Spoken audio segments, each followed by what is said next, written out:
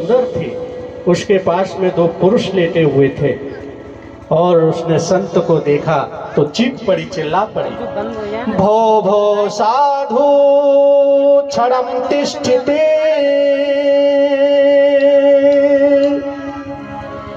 मप चिंतामपनाशय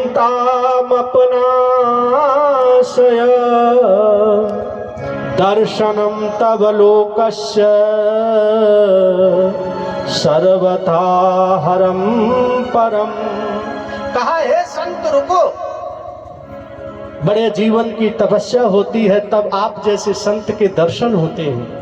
ये मेरे जीवन का कोई सौभाग्य है कि आपके दर्शन मुझे मिले। रुको, आप ही मेरे कष्ट की निवृत्ति कर सकते हो। देव ऋषि ने देखा कोई युवती मुझे बुला रही है, उसके पास में कोई बूढ़े से जीर्ण विदीर्ण दो पुरुष लेटे हुए हैं और ये युवती ने देव ऋषि को देखा, रोने लगी है। संत बिटप सरिता गिरधरनी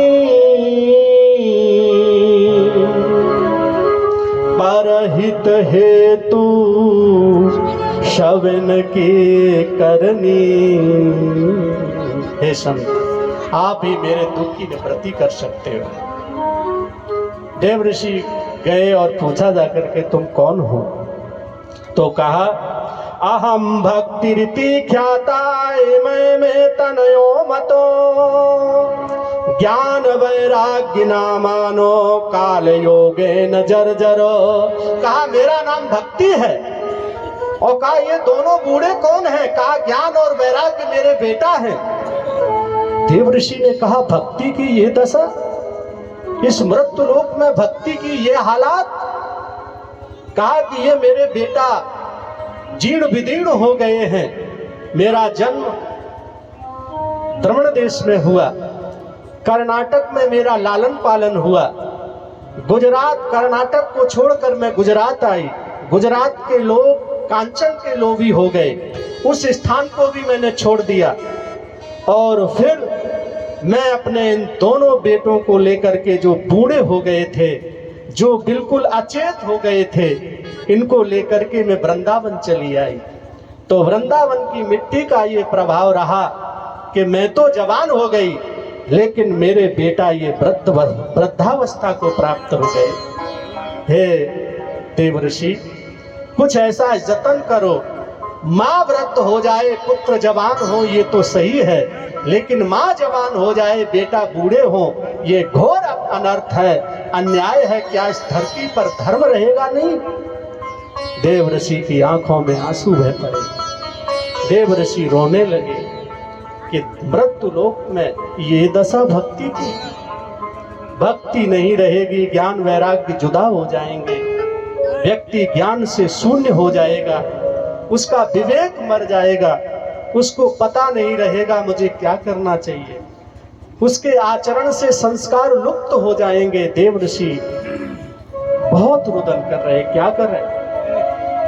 भक्ति माता के समीप गए, ज्ञान वैराग्य को गीता सुनाई, ज्ञान वैराग्य को वेदों को सुनाया, ज्ञान वैराग्य के कानों में कई पुराण गाए, लेकिन कुछ नहीं हुआ।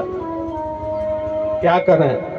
आज प्रभु प्रेमी जनों पुराणाकार वर्णन करते हैं कि देव ऋषि ने जैसे ही कहा सनत सनंदन सनत कुमारों से कोई उपाय बताओ जो भक्ति ताजी हो जाए, भक्ति के दोनों बेटा जवान हो जाएं, कुछ तो ऐसा बताओ। भक्ति दुखी है, उसके कष्ट की निवृत्ति का कोई उपाय बताओ, कोई मार्ग बताओ। तो कहा जाओ श्रीमद् भागवत की भावी कथा श्रवण करा देना। देव ऋषि नारद आज प्रभु प्रेमी जनों हरिद्वार में ऊंचा सा आसन बनाया, भक्ति माता का आवाहन किया, दोनों बेटों के साथ में भक्ति मैया पधारी है। श्रीमद् भागवत ग्रंथ को खोला और श्रीमद् भागवत कथा श्रवण कराई है देव ऋषि नारद ने। 7 दिन तक माता भक्ति ने इस कथा को श्रवण किया है। जैसे ही 7वां दिन हुआ तो भक्ति एक दिव्य रूप में प्रकट हुई और देव ऋषि नारद ने कहा कि आप दिव्य रूप में प्रकट होकर के मुझे कुछ देना चाहती हो तो यही वरदान दो कि आज से आप सभी भक्तों के हृदय में वास करिएगा।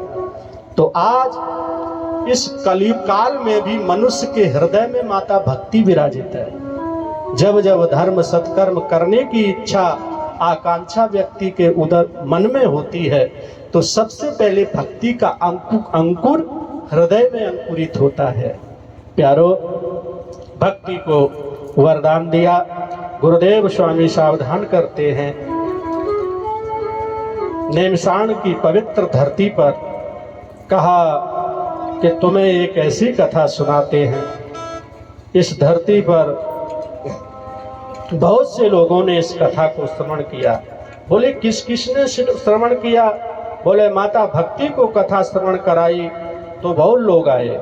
भृगुर्वशिष्ठ शमनस्य गौतमो मेधातिथिले देवल देवरातौ राम सदागादिसुत शाकलो मृकंडपुत्राजित पिप्पलादा। भृगुर वशिष्ठ चमन गौतम मेधातिल देवल परशुराम विश्वामित्र मार्कंडे ये सभी ऋषियों ने इस भागवत की कथा को सुना। बताया, सूत जी ने कहा कि भक्ति तो भक्तों के हृदय में वास करने लगी, लेकिन तुम्हें एक ऐसी कथा हम सुनाते हैं कि ये भागवत देती क्या है।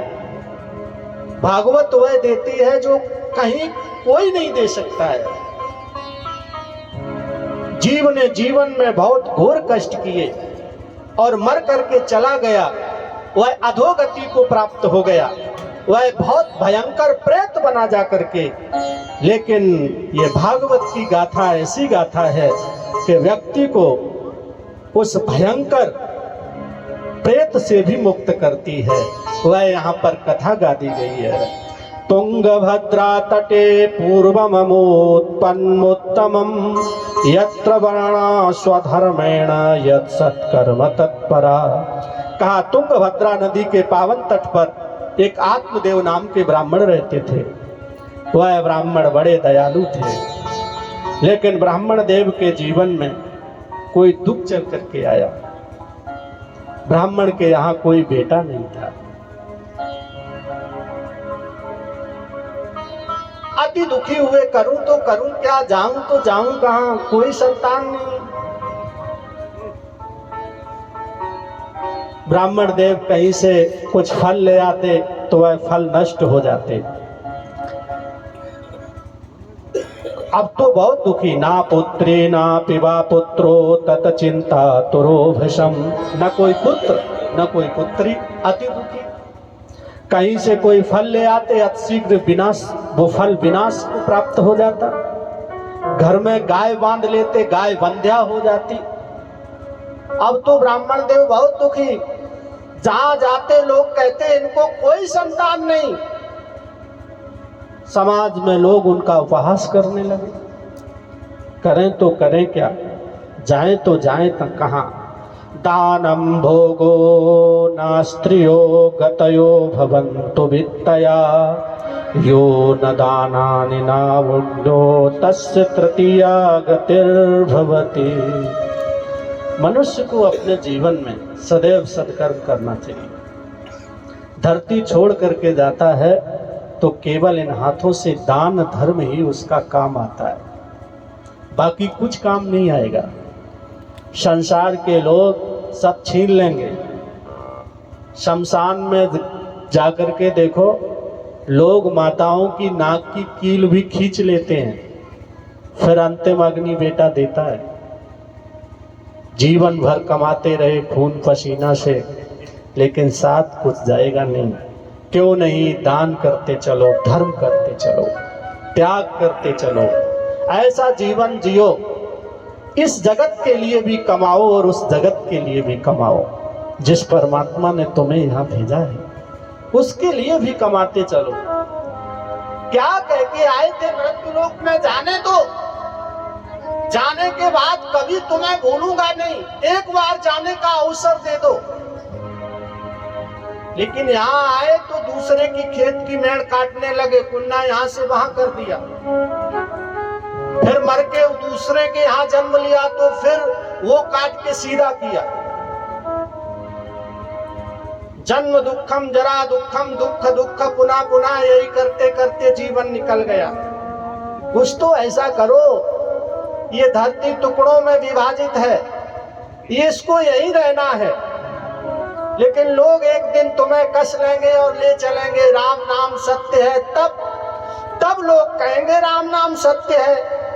जब तुम सुन नहीं पाओगे, बोल नहीं पाओगे, अरे सत्य पहले ही मान करके जिंदगी जीते चलो कि सब सत्य है, उसी परमात्मा ने दिया है, उसकी मौलिक जिम्मेदारी का निर्वहन करना मेरा धर्म है, उसके सामने हमें जवाब देना पड़ेगा।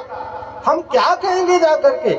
जिसने हमें इतनी सुख सुविधाएं दी, जिसने हमें इतना सुंदर शरीर दिया, इन हाथों से परिवार के भरण पोषण में लगे रहे, लेकिन इन हाथों से कभी हम धर्म कर लेते, इन पाँवों से कहीं हम भगवान की परिक्रमा कर लेते, इन पाँवों से कहीं हम भगवान की कथा में चले जाते, तो जीवन धन्य हो जाता, कृतार्थ हो जाता।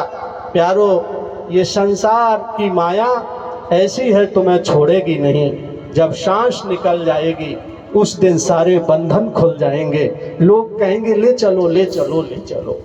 फिर न कोई बेटा, न कोई माँ, न कोई पत्नी, न कोई पति। लोग तुम जानते हो सब मुझे चाहते हैं, सब व्यवस्थाएं तुम्हारे जाने के बाद वैसी ही चलती रहेंगी, कोई परिवर्तन नहीं होगा। ऐसा तुम्हें लगता है घर नहीं चलेगा?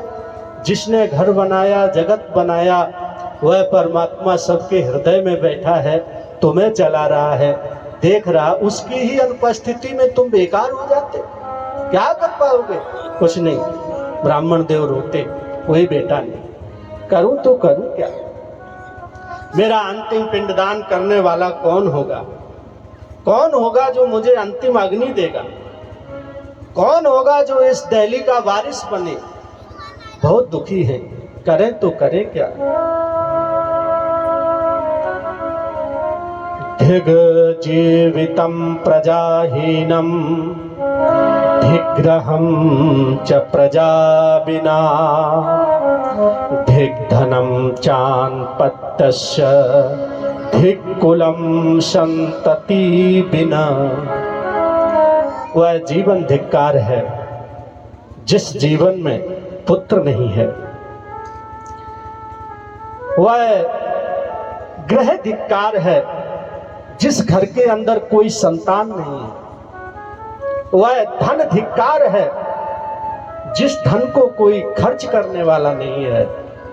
और वह कुल धिक्कार है जिस कुल के अंदर कोई संतान जन्म लेकर के नहीं आई है। आंखों में आंसू भर भर के बहुत रो गए। जिस गोदी में खेले न ललना, उस गोदी में रखा क्या है?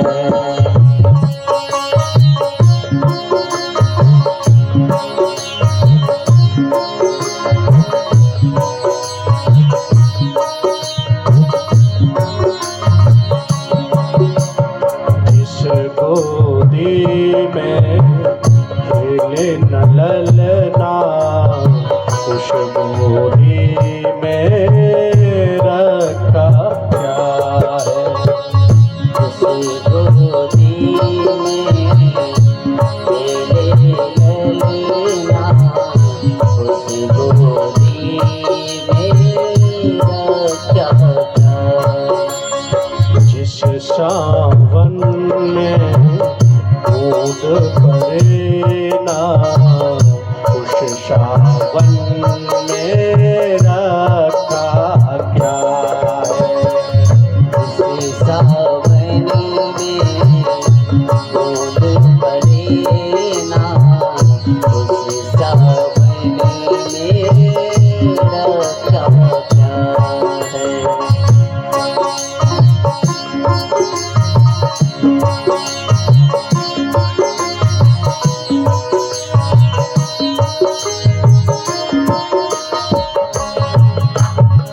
जिस आंगन में खेले न ललना, उस आंगन में रखा जाए। जिस आंगन में खेले न ललना, उस आंगन में रखा जाए।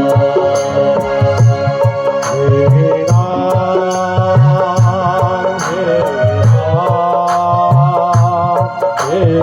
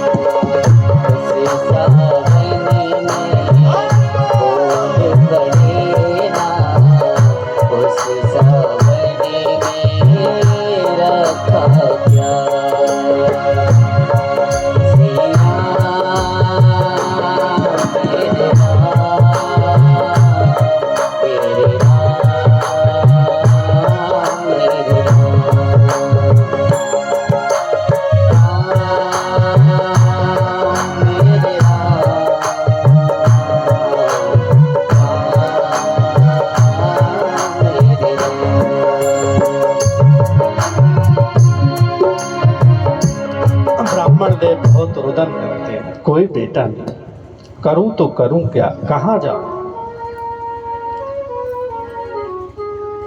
कुछ चीजों का मनुष्य के जीवन में होना अत्यंत आवश्यक है। ब्राह्मण देव अति दुखी, इतने दुखी, बहुत दुखी, और उनको एक ऐसी पत्नी मिली जो उनको मानो और दुख पहुंचाने लगी। एक दिवस की बात, ब्राह्मण देव घर से निकल पड़े, अब नहीं रहेंगे, अब तो जाएंगे आत्महत्या कर लेंगे। लोग मुझसे बुरा भला कहते, उल्टा सीधा कहते, कोई बेटा बेटी नहीं, घर में जी कर के करेंगे क्या। तो घर से चल पड़े, एक तुंगभद्रा नदी के पावन तट पर पहुंच गए आत्महत्या करने के लिए। नदी में घुसने का प्रयास किया, तब तक देखा पूर्व दिशा से कोई संत आ रहे हैं। संत को देख करके रुक गए, समीप पहुंचे, पांव छूकर बोले, संत भगवान तुम्हारी जय हो। संत ने कहा, जा कहां रहे थे। कहा, आत्महत्या करने। बोले क्यों? कि कोई बेटा नहीं है। कहा, बेटा नहीं? बोले हाँ। सप्त जन्म, तुम एक बेटा की बात करते हो। पांव पकड़ के रोने लगे, बोले कि कृपा कर दो, बेटा हो जाए। संत ने मस्तिष्क देखा, कहा, एक बेटा की बात करते हो, तुम्हारे जीवन में 7 जन्म तक किसी बेटा का कोई योग नहीं। सच मानिए, आंखों में आंसू भर के रो पड़े, पांव पकड़ के धरती पर गिर पड़े। कहा, भगवान आप बेटा नहीं दे पाओगे तो हम अपने प्राणों का परित्याग कर देंगे। आपने कृपा न की तो हम इस धरती पर जीवित नहीं रहेंगे। आप कृपा करेंगे तो ही घर जाएंगे, न इस संसार में हम न जिएंगे। संसार के लोग मुझे जीने नहीं दे रहे। घर में कोई गाय ले आते बंध्या हो जाती, कोई फल ले आते सड़ जाता, किसी को हम भिक्षा देते तो चला जाता। कहता कोई बेटा बेटी नहीं, तुम्हारा भिक्षा हम नहीं लेंगे। अब करें तो करें क्या, जाएं तो जाएं कहां? जगत के लोग जीने नहीं दे रहे। और मरने का निश्चय करके हम घर से आए हैं। संत ने देखा बहुत दुखी है। सच मानिए, संत बड़े दयालु होते, बड़े कृपालु होते हैं। जो संसार में कोई नहीं दे सकता है वह साधु दे सकते हैं, महापुरुष दे सकते हैं। महापुरुषों के पास में वह सामर्थ्य है कि वह आपको प्रदान कर देंगे। प्यारो, आज झोली से एक फल निकाला और दे दिया, कहा ले जाओ पत्नी को खिला देना, समय आएगा तो बहुत सुंदर से बालक का जन्म होगा। जैसे ही फल लिया चल पड़े। पत्नी धुंधली से कहा जाकर के देखो संत भगवान ने ये फल दिया है और खाओ, संतान होगी और पुत्र होगा, बहुत सुंदर पुत्र होगा, ऐसा कह के फल दिया। सच मानिए, जीवन में पत्नी अच्छी मिल जाए तो घर चल जाता है। और ये कुछ चीजें ऐसी हैं जो बिना अग्नि के मनुष्य को जला देती हैं। कुग्राम वासा कुलहीन सेवा, कुभोजनम क्रोध मुखी चभार्या, मूर्खस्य पुत्रो विधवास्य कन्या, बिना आज्ञाशट प्रदहेत कायम। कुग्राम वासा, बुरे गांव का वास, कुलहीन सेवा, बुरे व्यक्ति की सेवा, जो आचरण से पवित्र न हो ऐसे व्यक्ति की सेवा। कुग्राम वासा, कुलहीन सेवा, और कुभोजनम, बुरा भोजन, क्रोध मुखी चभार्या, पत्नी ऐसी हो कि तुम घर में कितने भी अच्छे मूड में जाओ और वो ज्वालामुखी की तरह फूट पड़े। तो महाराज कितना भी अच्छा मन बना के घर में जाओ, चैन कहाँ है? ये 6 चीजें मनुष्य को बिना अग्नि से जला देती है। बिना अग्नि से मानव जल जाता है। कुग्राम वासा, कुलहीन सेवा, कुभोजनम, क्रोध मुखी चभार्या, मूर्खस्य पुत्रो, बेटा यदि मूर्ख है तो पिता का जीवन भर के लिए रोना हो जाता है। और कहीं कन्या विधवा हो गई तो वह माता पिता इस धरती पर जिंदे तो रहते हैं लेकिन उनका अपना कोई जीवन नहीं होता है। प्यारो, ये 6 चीजें मनुष्य को बिना अग्नि के जला देती। ऐसी ही एक पत्नी थी ब्राह्मण देव की।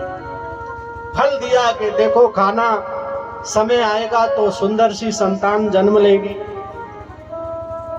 विचार करने लगी फल खाएंगे तो हमने सुना है कि उधर में संतान आती है। फिर इतनी संतान, जब वह 5-7 महीने होते हैं तो माता भोजन नहीं कर पाती, और वो तो अच्छा अच्छा खाने वाली थी। फिर कैसे खाएंगे महाराज चमाचम बर्फी? फिर कैसे पिएंगे इतना दूध है? फिर कहाँ से ये फल खा लेंगे इतने सारे? फल लेकर के विचार करती है कि अगर ये फल खा लिया तो उधर में संतान आ जाएगी, और संतान आ जाएगी तो फिर कहीं गांव में आग लग गई तो भाग कैसे पाएंगे? हम तो जल जाएंगे जाई झोपड़िया में। तो बहुत विचार किया उसने। तब तक उसकी बहन रहती थी उसी गांव में, दौड़ के आई। उसने कहा क्यों दुखी हो? कि मेरे पति पता नहीं कहाँ से जादूबाई बाबा से जो फल ले आए, और बाबा ने कहा ये फल खा लेना, उधर में संतान आ जाएगी।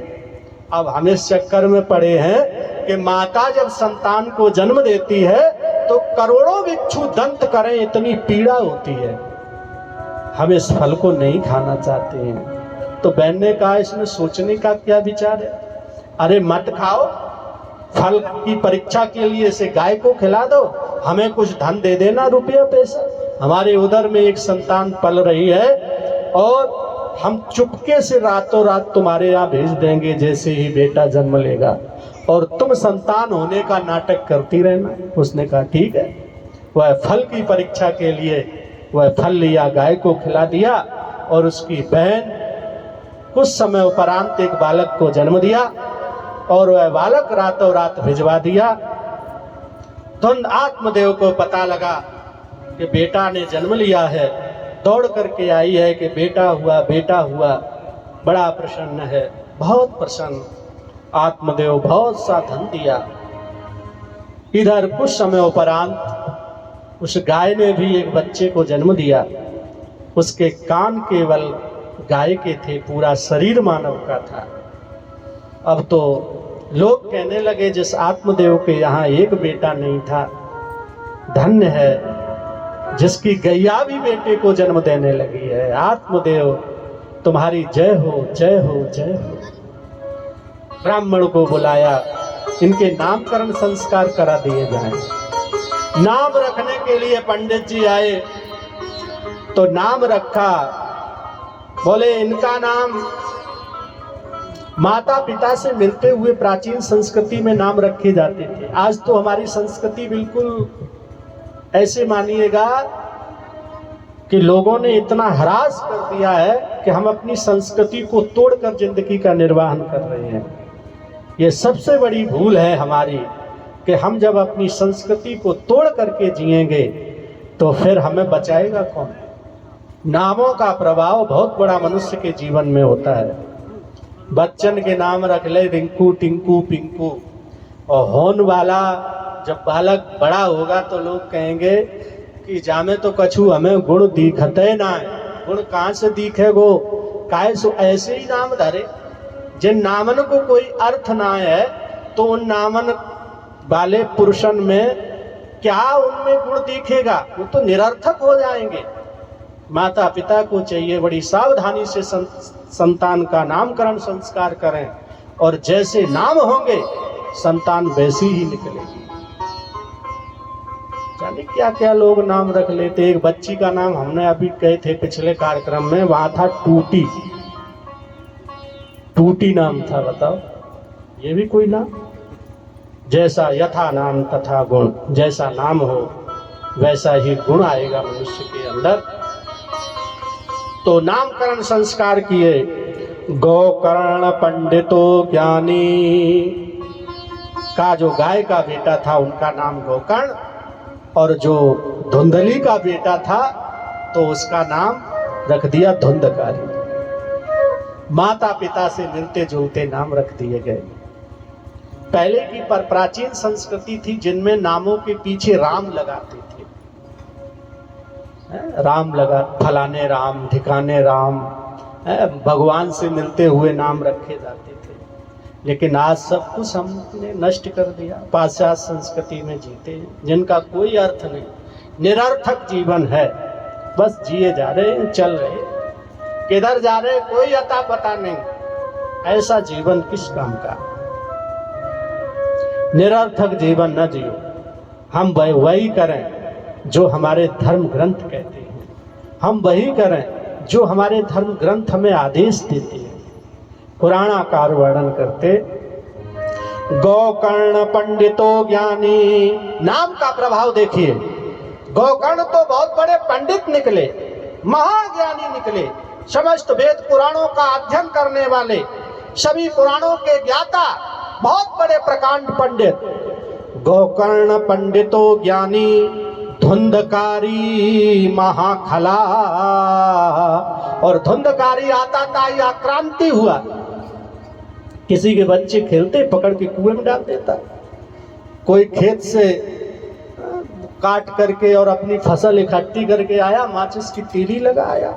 अब वो बेचारा बुझा रहा है, उसको मेड़ पे खड़े होके देख रहा है। कोई अम्मा घर में गई आटा लगा करके लकड़ी लेने, उसके छप्पर में आग लगा दी। कहीं कोई पुरुष अपनी गैया को दूहने के लिए बछड़ा को खूंटे से बांधा और गैया के नीचे बैठा, उसका गया बछड़ा खोल दिया। एक दिन इसने काफी बच्चों को इकट्ठा किया और लेकर के गया तुंगभद्रा नदी में डुबा दिया। लोग चिल्लाने लगे, चीखने लगे, हे आत्मदेव, तुम्हारे यहाँ जब पहले कोई बेटा नहीं था तो अच्छा था, तुम ऐसे बेटे वाले बने कि तुम्हारे बेटा ने न जाने कितने बेटों की हत्या कर डाली, कितने माँ बाप को तुमने अपने जैसा बना दिया। हे धिक्कार है आत्मदेव तुम्हें, तुम बेटा वाले न थे तो ये गांव सुखी तो था। बेटा तुमने दिए तो ऐसे दिए जो इस गांव के लोगों का जीवन छीन लिया है। धिक्कार है तुम्हें। भूत चिल्लाने लगे, लोग रोने लगे।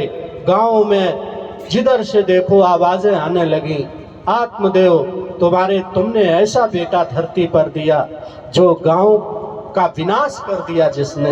लोग रोने लगे, चिल्लाने लगे। गोकर्ण जी महाराज ने जब ये देखा तो आत्मदेव वृद्ध हो गए थे। पिता को ज्ञान उपदेश दिया। कहा, पिता, इस धरती पर कोई किसी का नहीं, तुम वन के लिए प्रस्थान करो। जिसे तुम बेटा कहते हो ये बेटा नहीं। पिता, इस घर को तुम छोड़ो, तुम वन के लिए जाओ। ज्ञान उपदेश गोकर्ण जी महाराज ने अपने पिता को दिया। कहा, हे पिता, एक न एक दिन मनुष्य को धरती छोड़ करके जाना है। तुम्हारा कर्म था, तुमने इस कुल खानदान के लिए किया, लेकिन अब तुम अपने जाने की तैयारी करो। प्यारो, आत्मदेव घर छोड़ करके वन के लिए प्रस्थान कर गए। गोकर्ण महाराज भी कुछ समय उपरांत घर को छोड़ करके वन के लिए चले गए और इसने घर के अंदर राजा की वेश्याओं को, 7 वेश्याओं को रख लिया। और एक दिवस की बात है, वेश्याएं कहती हैं कि हम तभी तुम्हारे साथ रहेंगे जब तक हमें पैसे दोगे। पैसे नहीं दोगे तो हम तुम्हें छोड़ करके चले जाएंगे। तो ये रात्रि में गया, राजा के खजाने से इसने चोरी करी, बहुत सा धन लेकर के आया। वेश्याओं ने मन में विचार किया, ये तो रुपया तो बहुत लाया। और एक दिवस की बात है कि सूत जी कहते हैं, सोनिक ऋषियों, इसने धन के प्रलोभन में कहा, माँ मुझे धन दो, धन दो, पिता के द्वारा कमाया हुआ धन दो। मार मार करके अपनी माँ को मार डाला। अब वैश्याओं के लिए जब राजा के खजाने से धन लाया, वैश्याओं को दिया, तो वैश्याएं विचार करती, ये आज चोरी करने गया तो कल फिर जाएगा, और जाएगा तो एक दिन पकड़ा जाएगा, पकड़ा जाएगा तो पूछा जाएगा धन ले गए थे, किसको दे आए, तो ये नाम रखेगा, तो नाम रखेगा तो हम तुम भी पकड़े जाओगे। तो 7 वैश्याओं ने वह धन लिया और रात्रि में सोते समय इसको चारपाई से बांध करके इसके मुंह में अंगारे ठूस करके इसके प्राणों का अंत कर दिया। यारो, आज गोकर्ण जी महाराज को पता लगा कि तुम्हारे भाई की मृत्यु हो गई। गोकर्ण जी महाराज गया जी में गए, वहां जाकर के उन्होंने अपने भाई के निमित्त पिंडदान किया है। प्यारो, असमय में व्यक्ति इस संसार को छोड़ करके चला जाता है तो निश्चित ही वह प्रेत की योनि को प्राप्त हो जाता है, क्योंकि भगवान सबको उम्र बराबर देते हैं। किसी भी अकर्म के द्वारा मनुष्य के शरीर का नाश हो गया, लेकिन जब तक उसकी आयु पूरी नहीं होती तब तक वह प्रेत योनि में रहता है और वहां अपने परिवार के लोगों के रक्त का पान करता है। प्यारो, जो लोग अपने पितर पूर्वजों के निमित्त धर्म सत्कर्म नहीं करते हैं, उनकी मुक्ति का उपाय नहीं करते हैं, वह लोग जीवन भर परेशान रहते हैं। उन लोगों को पितृ दोष लग जाता है। मैं कथा के माध्यम से निवेदन करूंगा कि मनुष्य को चाहिए कि जो असमय में छोड़ करके चला गया है, चाहे भाई हो कोई भी हो, और असमय में छोड़ करके चला गया है, आयु पूरी नहीं थी और अचानक ही किसी कारण से उसके शरीर का नाश हो गया है, तो वह अपने भाई के निमित्त कुछ न कुछ जरूर करे। गोकर्ण जी महाराज ने सुना भाई चला गया है तो गया जी में जाकर के उन्होंने पिंडदान किए। लेकिन गोकर्ण जी महाराज आए कुछ समय पर उपरांत घर में, तो रात्रि के समय ये हाथी बने, कहीं मेढ़ा बने, कहीं कुछ बने, कहीं कुछ बने। कमंडल से जल लिया, मंत्र से अभिमंत्रित किया। जैसे ही छोड़ा तो ये हाथ जोड़ करके कहने लगा, हे भैया, हम बहुत बड़े प्रेत हैं, हम तुम्हारे भाई हैं, मेरी मुक्ति के निमित्त कोई उपाय करो। कहा कि हमने तुम्हारे लिए गया जी में पिंडदान किए थे, क्या तुम्हारी मुक्ति नहीं हुई? तो कहा, भैया, जीवन में घोर अपराध किए, मेरी मुक्ति इतनी सहजता से कहाँ से होगी? तो आज सुबह उठे गोकर्ण जी महाराज, भगवान सूर्य के रथ को रुकवा लिया। कहा कि हमने गया जी में पिंडदान किए थे, मेरे भाई की मुक्ति नहीं हुई, कोई उपाय बता दो। तो भगवान सूर्य ने कहा, जाओ मृत्यु लोक में ऊंचा सा आसन बनाना और अपने भाई का आवाहन करना और ये 7 दिन तक श्रीमद् भागवत की कथा श्रवण करा दो, जाओ, उनकी मुक्ति हो जाएगी। श्रीमद् भागवती वार्ता प्रेत पीड़ा विनाशिनी, केवल प्रेत के उद्धार की का कोई इस मृत्यु लोक में उपाय है तो केवल यही है, श्रीमद् भागवत की कथा, जो समस्त पीढ़ियों का तारण करती है, सबका उद्धार करती है, सबको मुक्ति पथ पर पहुंचाती है, ये ऐसी कथा है। आइए, आज गोकर्ण जी महाराज लौट करके आए हैं और आ करके उन्होंने मृत्युलोक में धरती पर ऊंचा सा आसन बनाया और अपने भाई का आवाहन किया। ये एक बहुत बड़े बवंडर के रूप में आया और आ करके एक 7 गाठी के लाठी के ऊपर इसने अपना स्थान जमाया है। पहले दिन कथा हुई, 1 गाठी चटकी, दूसरे दिन कथा हुई 2 गाठी, तीसरे दिन 4, 5, 6, लास्ट में 7वीं गाठी चटकी और आकाश से दिव्य विमान आया और ये दिव्य स्वरूप में प्रकट हुआ, भगवान श्री नारायण के परम धाम को प्राप्त कर गया। बोले श्रीमद् भागवत महापुराण की। भगवान के परम धाम को प्राप्त कर गया। प्यारो, गोकर्ण जी महाराज ने ऐसी कथा सुनाई जो भाई की सदगति हो गई। प्यारो, जीवन हो तो त्याग भरा हो, जीवन हो तपस्या युक्त हो और हर मनुष्य के जीवन में कोई न कोई उद्देश्य होना चाहिए। कभी विचार करो, हे भगवान, हर रोज एक नया अच्छा कर्म करने की हमें मति प्रदान करो, हम भी कुछ ऐसा कर चलें। इस संसार में एक न एक दिन इस जगत को छोड़ करके सबको जाना है। हे भगवान, कुछ ऐसी दया करो, हम तुम्हारे होकर इस जिंदगी को जिएं। प्यारो, ऐसी सोच रखो, इस धरती पर कुछ नया करने के लिए, कुछ अच्छा करने के लिए 2 कदम आगे के लिए हमेशा बढ़ाओ। न तो यहाँ कौन कितने दिन रह पाया। काल बलि का जिस दिन तमाचा लगेगा उस दिन धरती को छोड़ करके चले जाओगे। तुम्हारे लिए कौन क्या कर पाएगा, कुछ ना, कोई पता नहीं कौन क्या तुम्हारे लिए कर पाएगा। सब उम्र बीत गई धोखे में, परिणाम न जाने क्या होगा। सब उम्र बीत गई गोकुल में, परिणाम न जाने क्या होगा। सब उम्र बीत गई धोखे में, परिणाम न जाने क्या होगा। सभी उम्र बीत गई गोकुल में, परिणाम जाने क्या होगा। सब उम्र बीत गई धोखे में, परिणाम न जाने क्या होगा। सभी उम्र बीत गई धोखे में, परिणाम न जाने क्या होगा। जब समय आखिरी आएगा, भगवान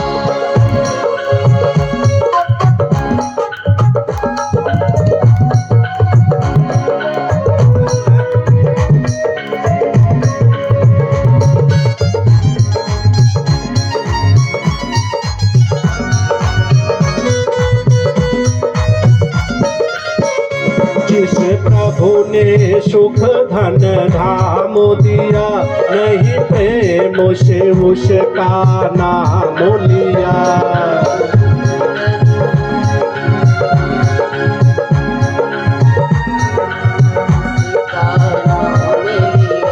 जिस प्रभु ने सुख धन धाम दिया, नहीं प्रेम से उसका नाम लिया।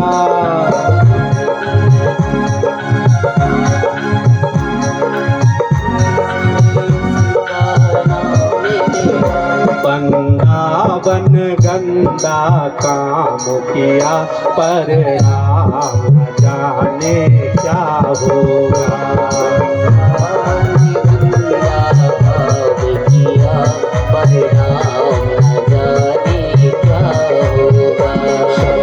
उम्र बीत गई धोखे में, परिणाम न जाने क्या होगा। सब उम्र बीत गई धोखे में, परिणाम न जाने क्या होगा। जब समय आखिरी आएगा, भगवान न जाने क्या होगा। जब समय आखिरी आएगा, परिणाम न जाने क्या होगा। निराशा जीवन खोया है, पर मन का मैल न धोया है।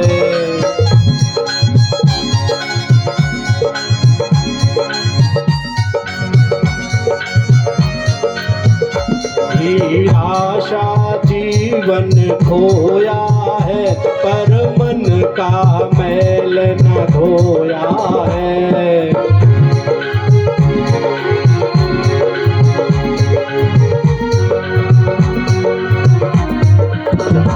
ये बीज पाप का बोया है, परिणाम न जाने क्या होगा। ये बीज पाप का बोया है, परिणाम न जाने क्या होगा। उम्र बीत गई धोखे में, परिणाम न जाने क्या होगा। सब उम्र बीत गई धोखे में, परिणाम न जाने क्या होगा। जब समय आखिरी आएगा, भगवान ही जाने क्या होगा। जब समय आखिरी आएगा, परिणाम न जाने क्या होगा। विषयों में जीवन गमा दिया, सब झूठ कपट छल काम किया।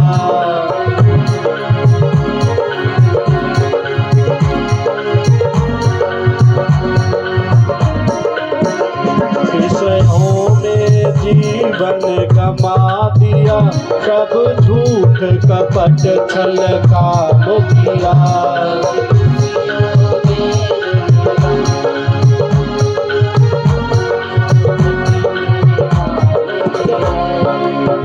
नहीं संत जनों से प्रेम किया, परिणाम जाने क्या होगा। नहीं संत जनों से प्रेम किया, परिणाम न जाने क्या होगा। उम्र बीत गई धोखे में, परिणाम न जाने क्या होगा। सब उम्र बीत गई धोखे में, परिणाम न जाने क्या होगा। समय आखिरी आएगा, भगवान न जाने क्या होगा। जब समय आखिरी आएगा, परिणाम न जाने क्या होगा। जब समय आखिरी आएगा, भगवान न जाने क्या होगा। जब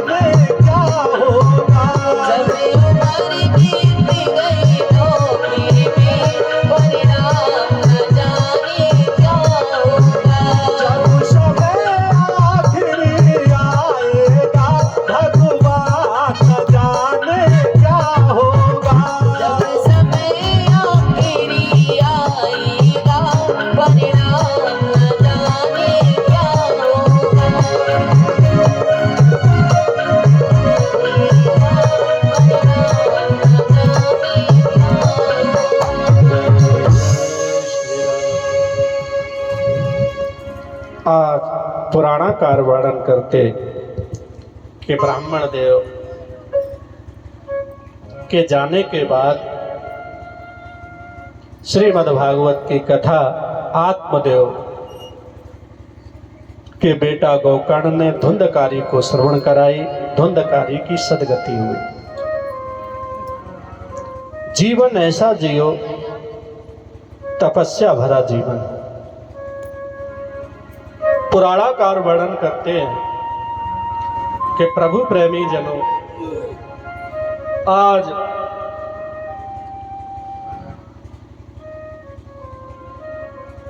सूत कहते शौनिक ऋषियों, श्रीमद् भागवत की कथा जो महात्म की कथा है, जो एक प्रेत से मुक्ति देने का कार्य करती है, जो कथा जीव को भगवान से मिलाने का कार्य करती है, संसार में घोर अपराध करने के बाद में भी प्रेत पीड़ा विनाशिनी, ये भागवत की कथा जीव को परमात्मा से जोड़ती है। केवल एक यही मार्ग है, असमय में गया जीव सदगति को प्राप्त कर सकता है, वह भागवत की कथा है। बोले सूत शौनिक से, और कुछ सुनना चाहते हो गुरुदेव? ये कथा कैसे करी जाए? ये तो महात्म की कथा आपने सुनाई, कथा के महत्व को बताया। जब किसी भी चीज के विषय में सुना नहीं, उसे आप सुनाने जा रहे हो, उसका महात्म इतना अच्छा है, उसका महत्व इतना बड़ा है, तो कथा कितनी बड़ी होगी।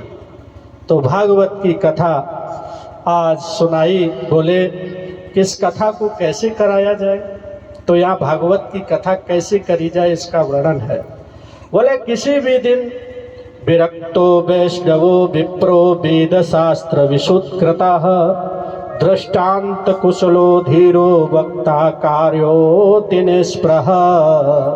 कहा कि ये कथा कोई ब्राह्मण करे, विरक्त वैष्णव, और वो वेद शास्त्र में पारंगत हो, और उसके बाद में कहा कि ऐसा ब्राह्मण इस कथा को करे जो विधि विधान के साथ में, नियम के साथ में रहे, जो ब्राह्मण सत्कर्म करने वाला हो, दान लेने वाला हो, दान देने वाला हो, यज्ञ करने वाला हो, यज्ञ कराने वाला हो, वेद पढ़ने वाला हो, वेद पढ़ाने वाला हो, ऐसा ब्राह्मण हो। विरक्त वैष्णवो भागवत का श्लोक है, वो ही ब्राह्मण इस कथा का वाचन कर सकता है। ये भागवत कोई महज पोथी नहीं, पन्ने नहीं, ये कृष्ण का श्री विग्रह है। भागवत भगवान श्री कृष्ण उसी के ऊपर कृपा करते हैं। नहीं तो कथाएं वर्तमान समय में आप देख रहे हैं, लोग नाना भांति से कथा कर रहे हैं, और कथा कराने वाले लोगों के बीच में परिणाम भी बड़े घातक आ रहे हैं। कथाएं विराम हुई तो पता लगा कि वो विसर्जन करने गए, उसी में उसके कराने वाले के 2 बेटा डूब गए। कहीं भंडारा पूरा नहीं हुआ, तभी तक कुछ हो गया। तो प्यारो, कथाओं का बहुत बड़ा महत्व है। कथाएं विधि विधान से करी जाए, और जो कथाएं विधि विधान से करी जाती हैं वही कथाएं फल देती हैं। नहीं तो कथाएं हो जाती हैं, लोग बाद में बहुत परेशान हो जाते, किसी न किसी भयंकर रोग से ग्रसित हो जाते, कहीं न कहीं घर की अशांति चली जाती है। कथा का नियम जैसा है वैसे ही कथा कराई जाए। विरक्त वैष्णवो, ये कथा विरक्त के द्वारा हो, वैष्णव के द्वारा हो, ब्राह्मण के द्वारा हो। ब्राह्मण, इन 3-4 का जन्म एक साथ हुआ है धरती पर। भगवान श्री नारायण के मुख से ब्राह्मण की उत्पत्ति, और गाय की, गाऊ, ब्राह्मण और अग्नि, ये एक साथ चल करके आए हैं। इसीलिए पूरे संसार में इनका वंदन है। इनको भूदेव कहा गया है, धरती के देवता हैं ये ब्राह्मण।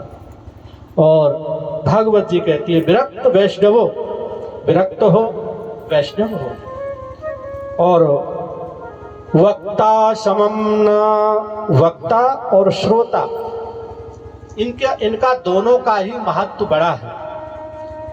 और बोले कि वक्ता के लिए आसन ऊंचा हो, श्रोता नीचे बैठे। किसी शुभ मुहूर्त में जाएं, ब्राह्मण से कथा का की तारीख ले गए, अच्छे से मुहूर्त को ले गए, विधि विधान से तैयारी करें।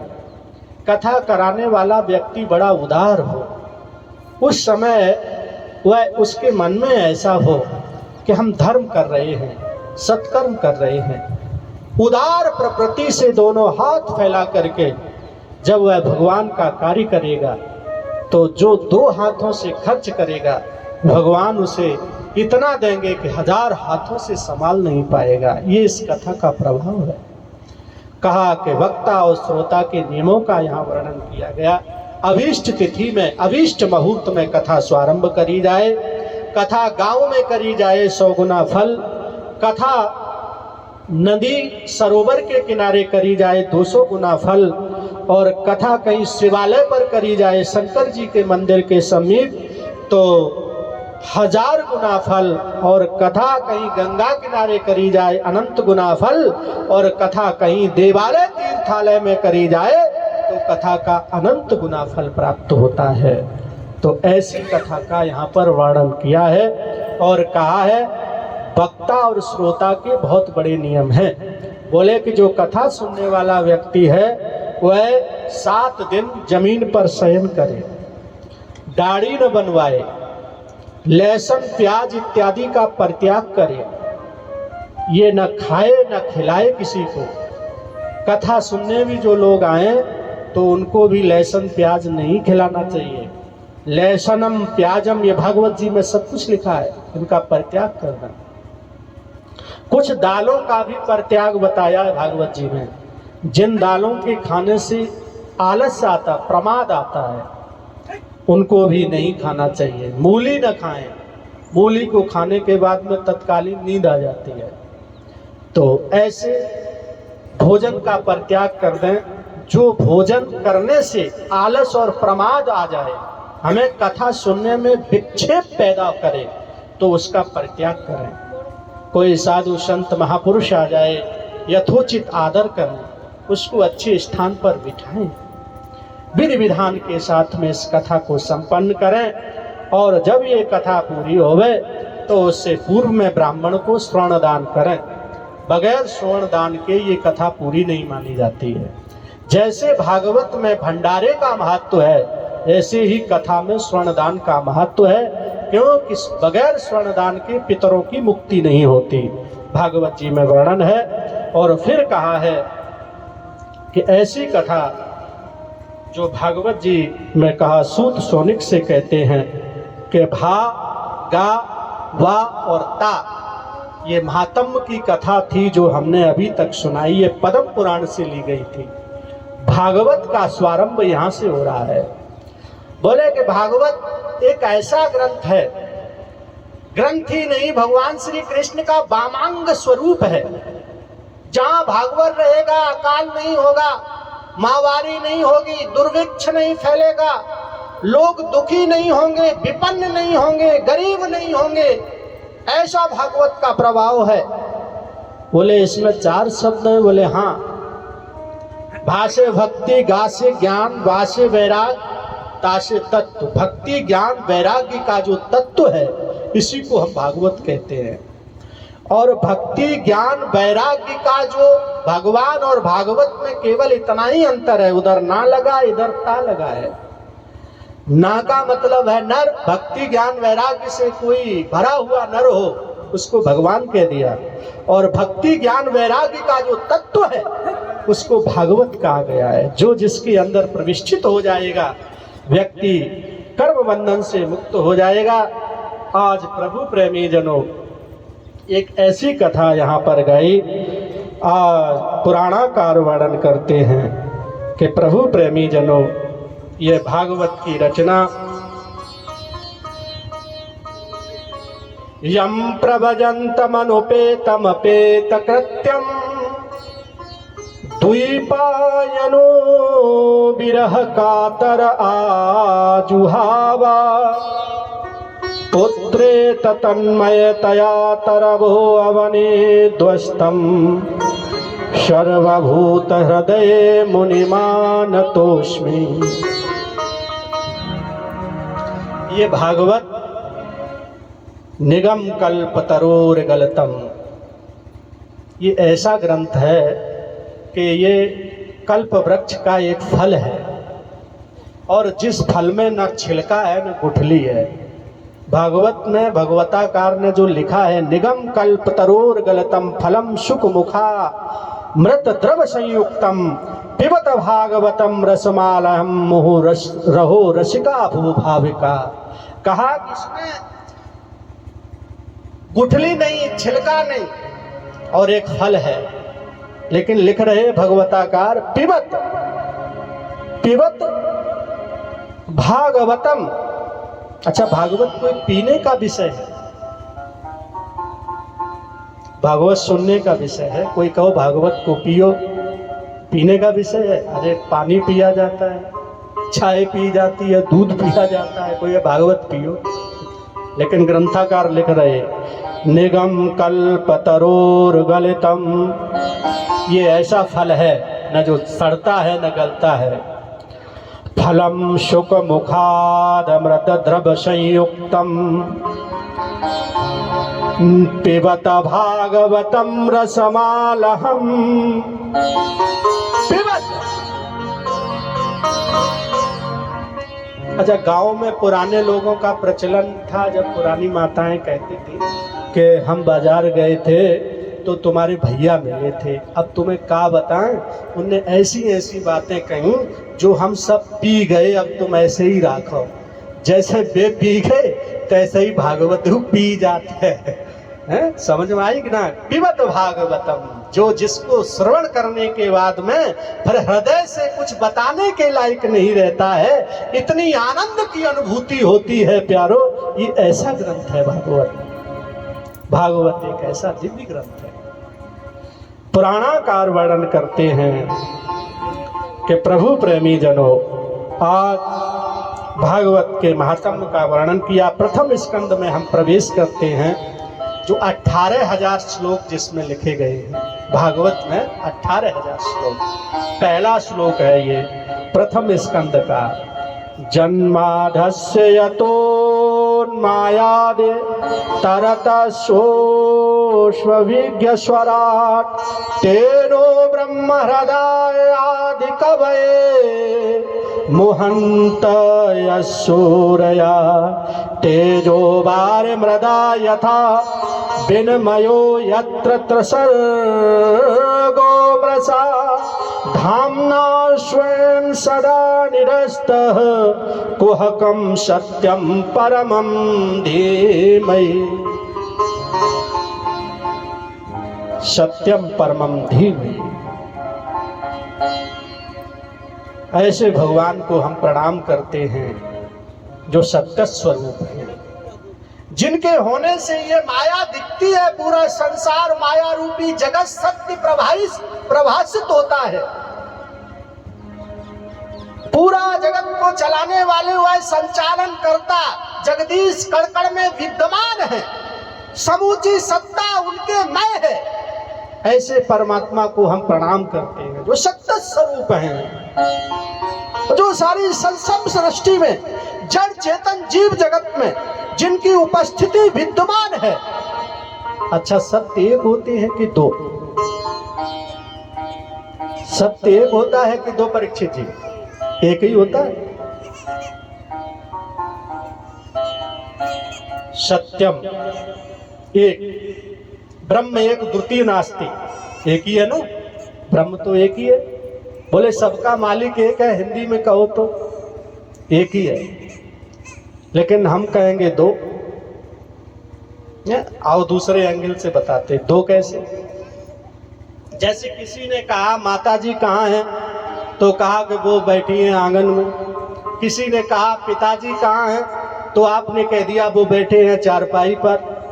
अब थोड़ी देर में आप मंदिर के अंदर गए और धूप बत्ती जलाई, त्वमेव माता च पिता त्वमेव बंधु च सखा त्वमेव।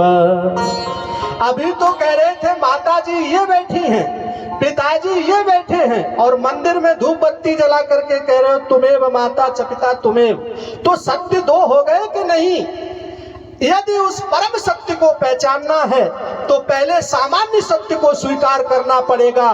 कथा समझ में नहीं आई होगी, पहले इस जगत रूपी माया को पहचानना पड़ेगा, तब उस परम सत्य परमात्मा को पहचान सकते हो। जब तक सामान्य सत्य भाषित नहीं होगा तब तक वह परमात्मा की सत्ता आप नहीं पहचान सकते हो। पहले सामान्य सत्य को पहचानिए। संसार की माया जगत प्रपंच में फंस करके इस पूरे संसृष्टि जीव जगत में जो कुछ भी है, जिस नायक भगवान ने बनाया है, जब तक सामान्य सत्य में आप अच्छी तरह जिंदगी नहीं जी पाओगे तब तक परम सत्य से आप बहुत दूर हो। जैसे परमात्मा को प्राप्त करने के लिए साधारण माता पिता की सेवा करनी पड़ती है, तब पिताओं के पिता परम पिता की आपको प्राप्ति हो सकती है। जब तक आप संसारिक जगत के भौतिक चलन में जो भी परम सत्य को जानने के लिए जब तक सामान्य सत्य को स्वीकार नहीं करोगे तब तक भगवान आपसे बहुत दूर है। प्यारो, पुराणाकार वर्णन करते हैं, एक ऐसी कथा भागवत जी का लेखन हुआ। यम प्रव्यंतम अनुपेतम अपेत कृत्यम द्वैपायनु विरह कातर आजुहावा पुत्रेत तन्मयतया तरवो अवने ध्वस्तम सर्वभूत हृदय मुनिमान तोस्मे। देव ऋषि नारद जी एक दिन की बात है, भ्रमण करते करते कैलाश की चट्टानों पर गए। मैया पार्वती बैठी थी। पार्वती मैया ने कहा बाबा तो थे नहीं, गुरुजी आए हैं, ऊंचा सा आसन दे दिया, बैठो गुरुजी, क्या हाल है, बड़े दिन में पधारे हो। कहा कि मुझे तो सब हाल ठीक ही लग रहे हैं लेकिन तुम्हारे हाल कछु गड़बड़ लगे। मैया बोली बात समझ में नहीं आई, बाबा बताओ ऐसी क्या बात है। कहा कि हमें आजकल ऐसा लगता है कि बाबा भोलेनाथ तुम्हें खूब नहीं चाहते हैं। बोले क्यों नहीं चाहते हैं? हमारे पति जितना चाहते हैं उतना तो कोई नहीं चाहता है। महादेव, मेरे देवों के देव महादेव मुझे कम चाहते हैं। बोले हाँ। अच्छा ये बताओ तुम्हें चाहते हैं तो बताओ बाबा के गले में जो माला पड़ी है वो किनके मूड़न की माला है? बोले कि हमें जी तो ना पता। बाबा तुम्हें आज तक बताओ ही ना। बोले ना बताओ। तो कहा गुरुजी तुम ही बताए दे, क्यों पार्वती जी के गुरु है ना बाबा नारद। तो हाथ जोड़ करके बैठ गई, पाँव में माथा रखा, कहा बाबा तुम ही ये बात बताए दो कि बाबा के गले में जो माला पड़ी वो किनकी है? तो कहा हे भवानी, ये महादेव के गले में जो मुंडों की माला है वह तुम्हारे ही मूड है। बोले मेरे मूड है? बोले हाँ। कि हम इतनी बार मरे? कहा कि जे तो हमें ना पता, जे तो महादेव से ही पूछियो, लेकिन तुम्हें इतनी बात हमने बताई गई। और इतनी कह कर चल पड़े। देव ऋषि गए, शाम को बाबा आ गए। कहा जी बताओ तुम हमें चाहत तो बहुत हो लेकिन तुमने आज तक जनाए बताई इतने बड़े बड़े मूड़न की जो माला तुम गले में डाले हो जी किनके मूड हैं? कहा पार्वती तुम जे चक्कर में न पड़ो। कहा ना बताना पड़े यार, तुम बताओ हमें। जिद कर बैठी मैया। तो कहा पार्वती ये तुम्हारे ही मूड हैं। कहा कि मेरे मूड है? बोले हाँ। तो बाबा हम तो इतनी बार मरे तो तुमने मेरे मूड पहले, लेकिन तुम का एक बार नहीं मरे? बोले हाँ हम एक भी बार नहीं मरे। कहा क्यों नहीं मरे? बोले हमने अमर कथा सुनी है। पार्वती जिद कर बैठी, बाबा अब हमें वही कथा सुनाए दे जो जन्म मरण को चक्कर छूट जावे। तुम ना मरे हो, हम इतनी बार धरती पर आए, जिए और मरे, और फिर हमें मरवे न पड़े, भाई कथा सुनाए दे। मैया जिद करने। महादेव ने कहा देखो पार्वती जे अमर कथा ऐसे नहीं सुनाई जाए। बोले कि कछु करो, हमें लेके चलो। कहाँ सुनाई जाए? मुन चलिए। आज मैया पराम्भा जिद करने लगी। अमरकंटक पर्वत पर बाबा महादेव पहुंचे, जहां से मैया नर्मदा का प्रादुर्भाव हुआ है। ऐसे अमरकंटक पर्वत पर महादेव शिवानी भवानी को लेकर के पहुंचे हैं। एक वट वृक्ष के नीचे बाबा पहुंचे हैं। आज मैया पार्वती को अमर कथा सुनाने के लिए बाबा ने लिया डमरू और जैसे ही बजाया है, आसपास जितने जीव जंतु थे स्थान छोड़ करके सब चले गए और बैठ गए बाबा महादेव। कहा, पार्वती तुम अमर कथा सुनने के लिए जा रही हो, जो कथा मेरे अलावा इस धरती पर कोई नहीं जानता है, लेकिन सावधानी से सुनना, कहीं ये कथा किसी और ने सुन ली तो पार्वती अनर्थ हो जाएगा। और पार्वती मैया आसन लगा करके बैठ गई। बाबा महादेव ने कहा, पार्वती हम तुम्हें अमर कथा सुना रहे हैं, लेकिन हुकरा बीच में देना। कहा कि ठीक है बाबा, जरूर देंगे। और अमर कथा प्रारंभ करी और हुहुकार भरती रही मैया।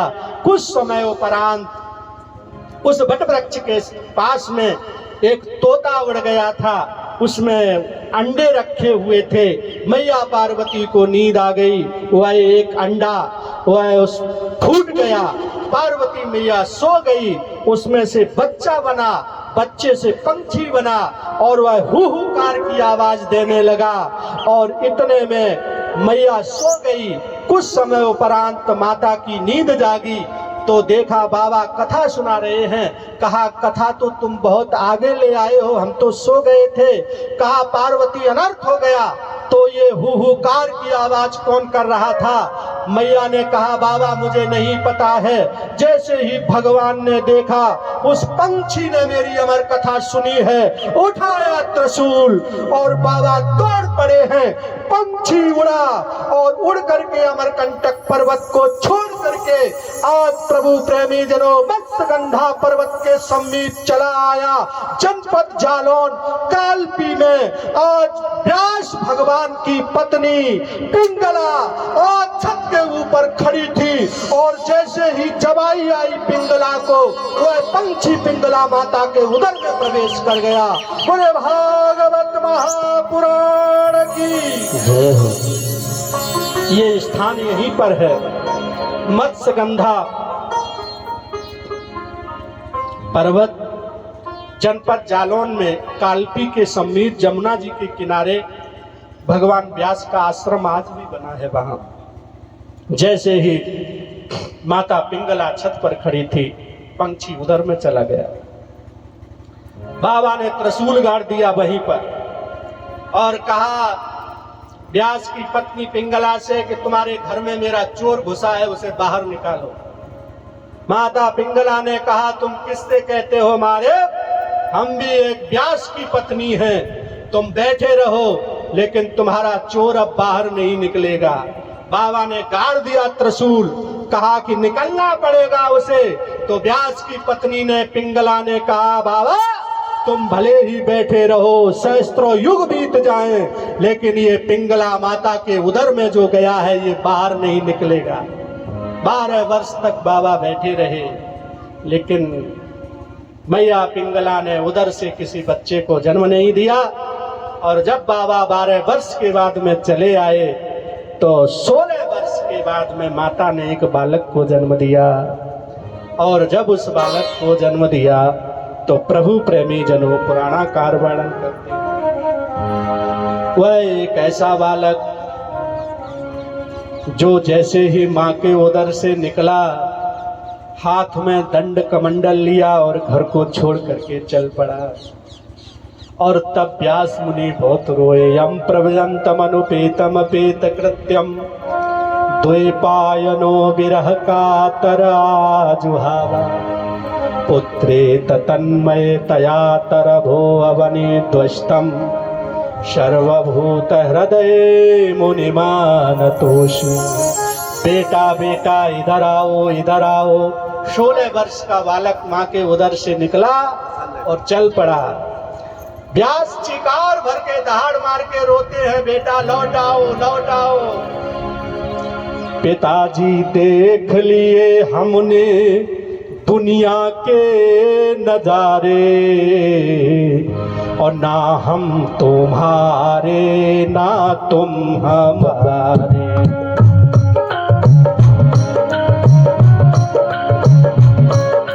देख लिए हमने दुनिया के नजारे, देख लिए हमने तो दुनिया के नजारे, ना हम तो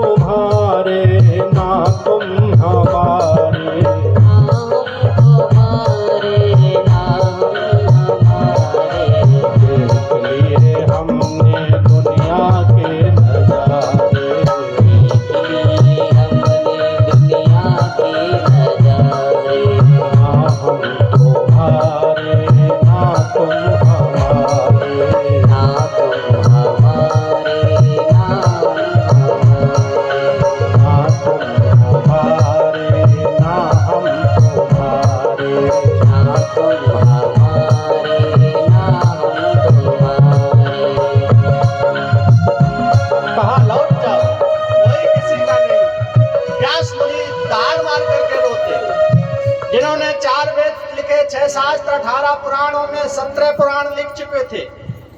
17 पुराणों का लेखन व्यास मुनि कर चुके थे। लेकिन जब 16 वर्ष का बालक मां के उदर से निकला और चल पड़ा, कहा बेटा इधर आओ, इधर आओ। पुत्रेत तन्मय तया तरभो अवनेक द्वस्तम। पुत्र के वियोग में व्यास मुनि बिलक पड़े। और जो व्यास कहते थे पुत्र तृष्णा मुझे जागृत नहीं होगी, लेकिन अपने आप को संभाल न पाए, चीकार दहाड़ मार करके रोए। वृक्षों ने आवाज लगाई, हे व्यास, लोग मुझे पत्थर मारते हैं, फिर भी हम उनके खाने के लिए फल देते हैं। तुम्हारा बेटा जगत कल्याण के लिए जा रहा, जाने दो। आज प्रभु प्रेमी जनों, वृक्षों ने जब आवाज लगाई, कहा व्यास, हम तो जड़ हैं, फिर भी लोगों को खाने को फल देते हैं चोट खा करके। क्या हुआ, फल मेरे बेटा नहीं है? व्यास लौट पड़े। सुखदेव मुनि आगे के लिए चल पड़े। कुछ समय उपरांत प्यारो वहां पर देव ऋषि नारद का आगमन हुआ। देव ऋषि नारद जैसे ही आए तो देखा व्यास बड़े दुखी हैं। तो व्यास बहुत दुखी है। कहा कि तुम क्यों दुखी हो, तुम्हारे दुख का कारण क्या है? व्यास जी ने कहा 16 वर्ष का बेटा मुझे छोड़ करके चला गया, इसलिए हम दुखी हैं। देव ऋषि नारद ने कहा तुम्हारा बेटा छोड़ करके चला गया इसलिए तुम दुखी हो, हमारी अम्मा मर गई, हम कतई ना रोए। कहा जे तो बात कछु समझ में ना आई। बोले तुम हमारी अम्मा मर गई, हम कतई रोए ही ना, और तुम्हारा बेटा छोड़ गए, तुम इतने दुखी। 17 पुराण लिखने वाले व्यास इतने दुखी, बहुत दुखी। कहा व्यास सुनो, मेरी मां मुझे छोड़ करके चली गई। पूर्व जन्म का चरित्र सुनाने लगे देव ऋषि नारद, और वह भागवत जी में लिख दिया गया कि हमारी मां पूर्व समय में कोल भील जाति में जन्म लेकर के आई थी। उनका हम इकलौते बेटा थे। मेरी मां कई घरों में झाड़ू बर्तन किया करती थी, कई घरों से कुछ सामान इकट्ठा करके ले आती थी, उसी को हम खा लेते थे। एक दिवस की बात है, हम गांव में सबसे गरीब थे, विपन्न थे। तो गांव में कुछ संत आए चतुर्मास व्यतीत करने के लिए। तो संत के रहने के लिए गांव में लोगों ने बता दिया, बगीचे में एक आश्रम है, वहां रुका दिया। संत जी को कोई चाहिए था कि सेवा कौन करेगा, तो बोले कि सबसे गरीब हम ही थे, तो हमारे ऊपर सबका अधिकार था। तो लोगों ने मेरी बाह पकड़ी और ले जाकर के उन्हीं संतों के समीप रख दिया।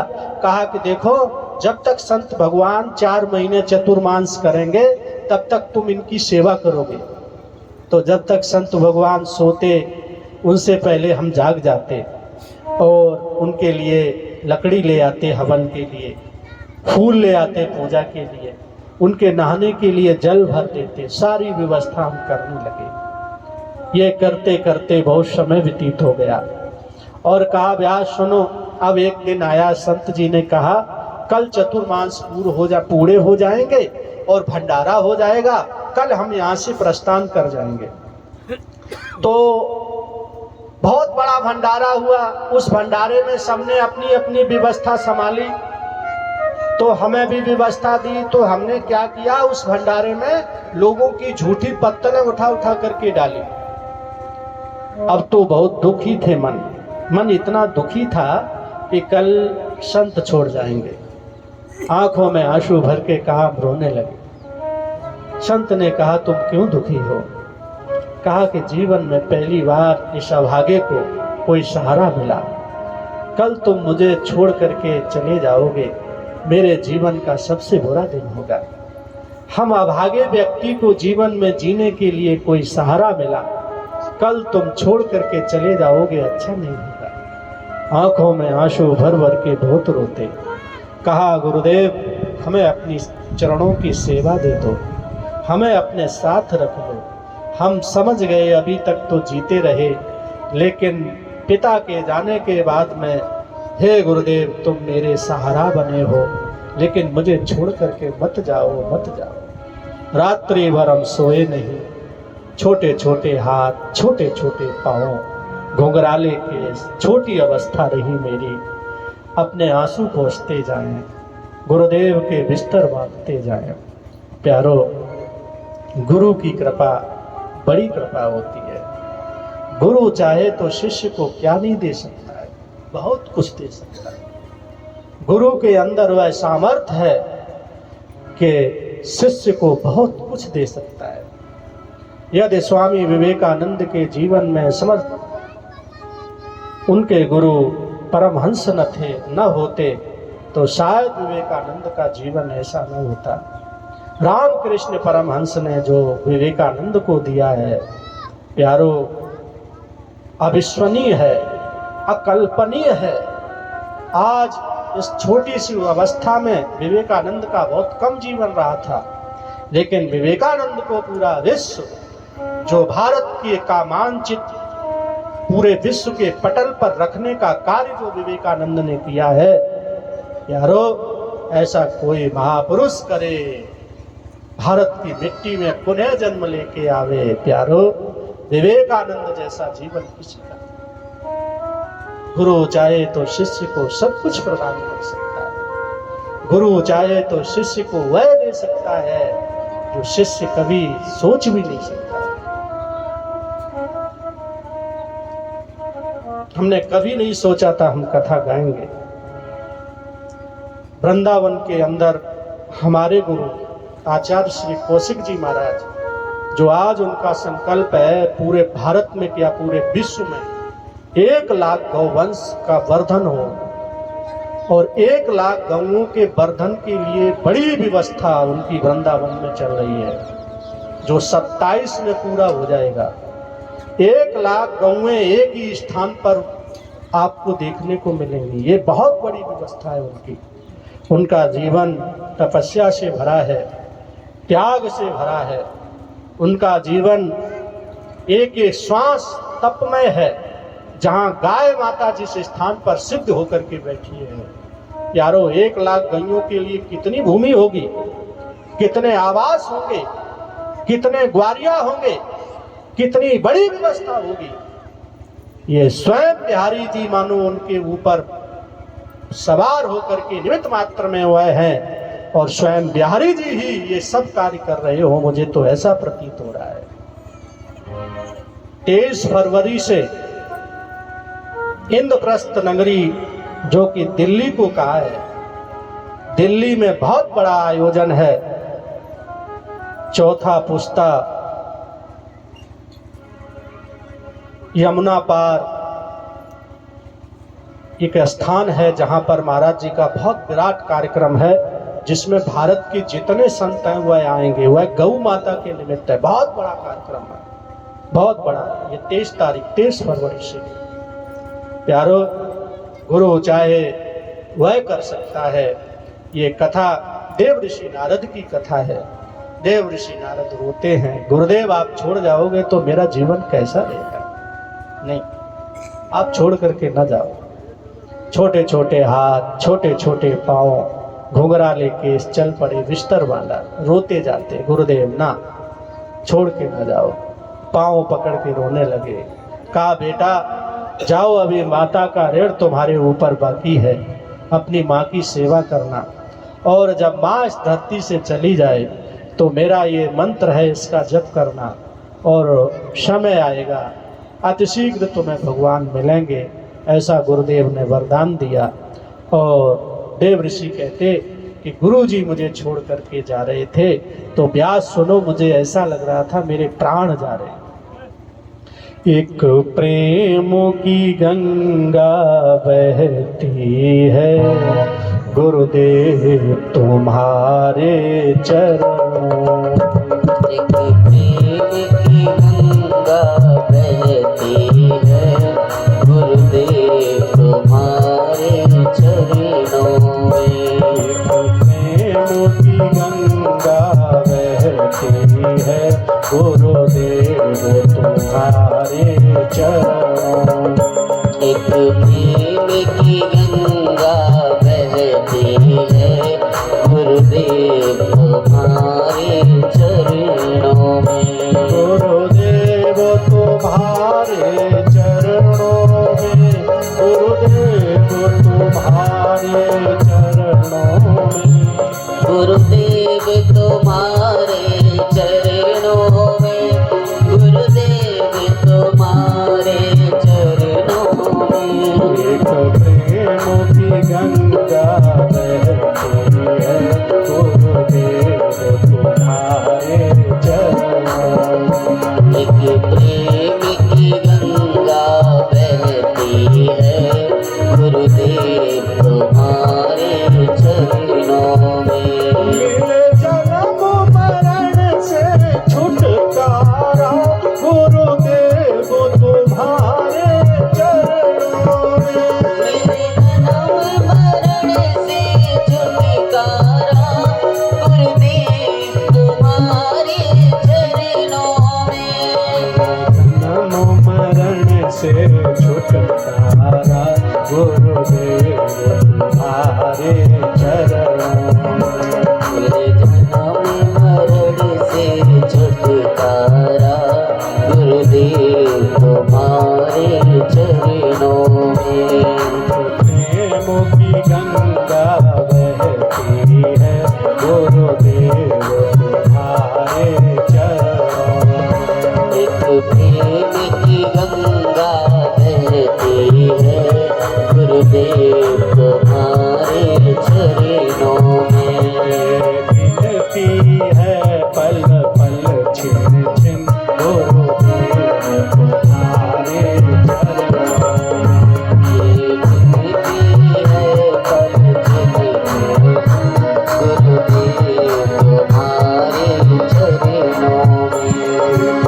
प्रेम की गंगा बहती है गुरुदेव तुम्हारे चरणों